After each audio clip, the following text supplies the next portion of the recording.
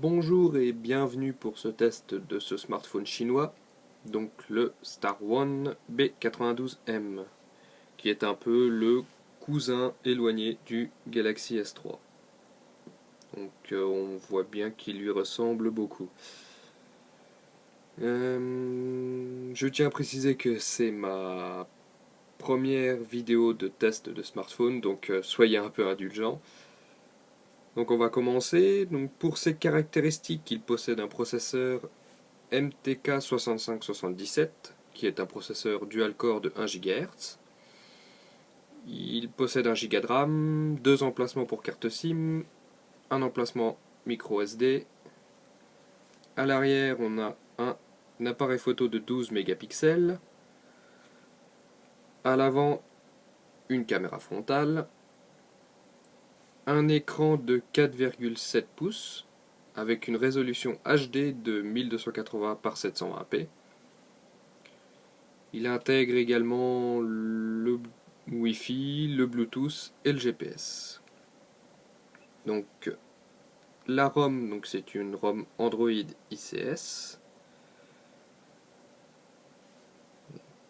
Donc on voit bien l'écran est parfaitement réactif.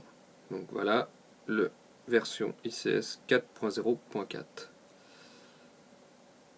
Donc son autonomie, donc je vais vous donner quelques petits conseils perso.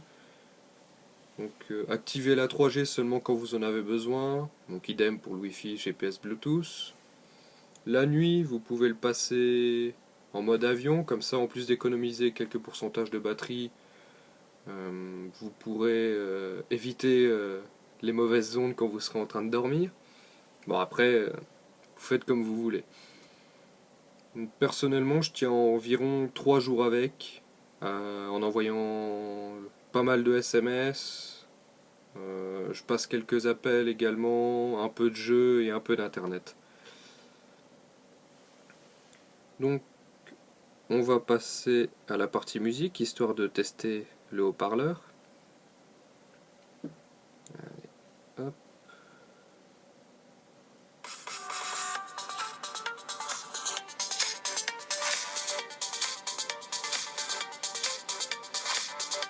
Donc franchement, il a un beau petit son.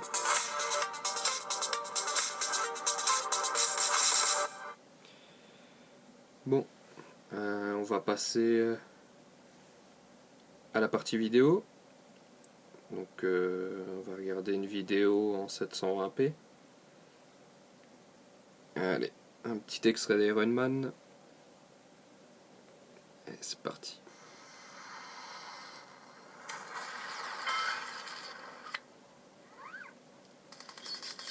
Bon, c'est sûr, à travers la caméra, on voit pas trop bien la qualité, mais franchement, c'est bien sympa.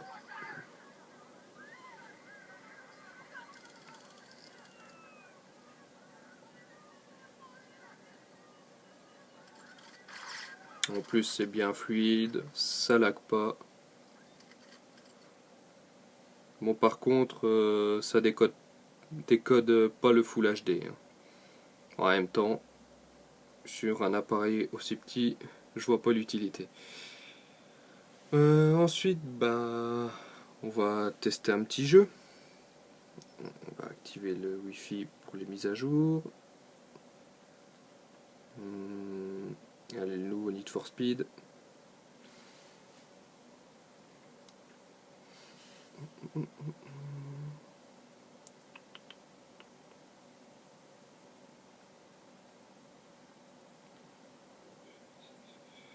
Ah, mise à jour.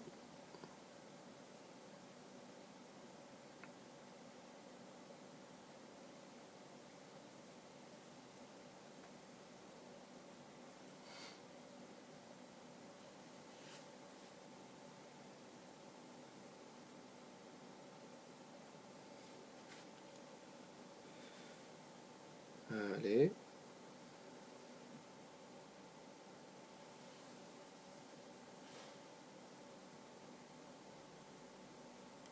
Bon, on va essayer de le relancer.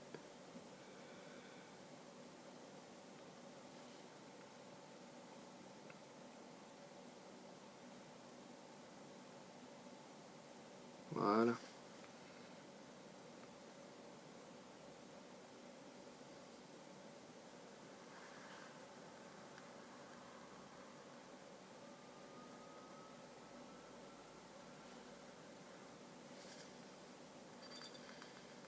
Allez, une petite course au pif.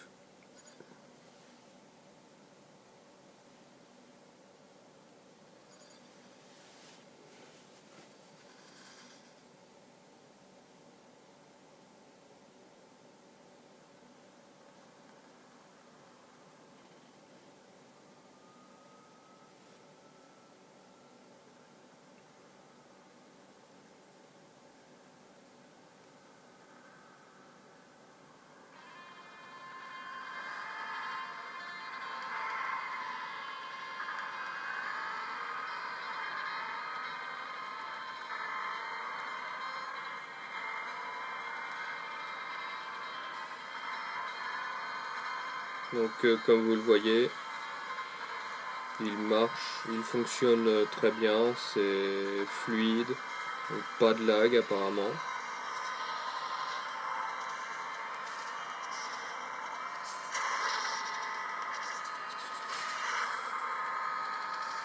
Bon, on va arrêter là avant de faire plus de mal à la voiture.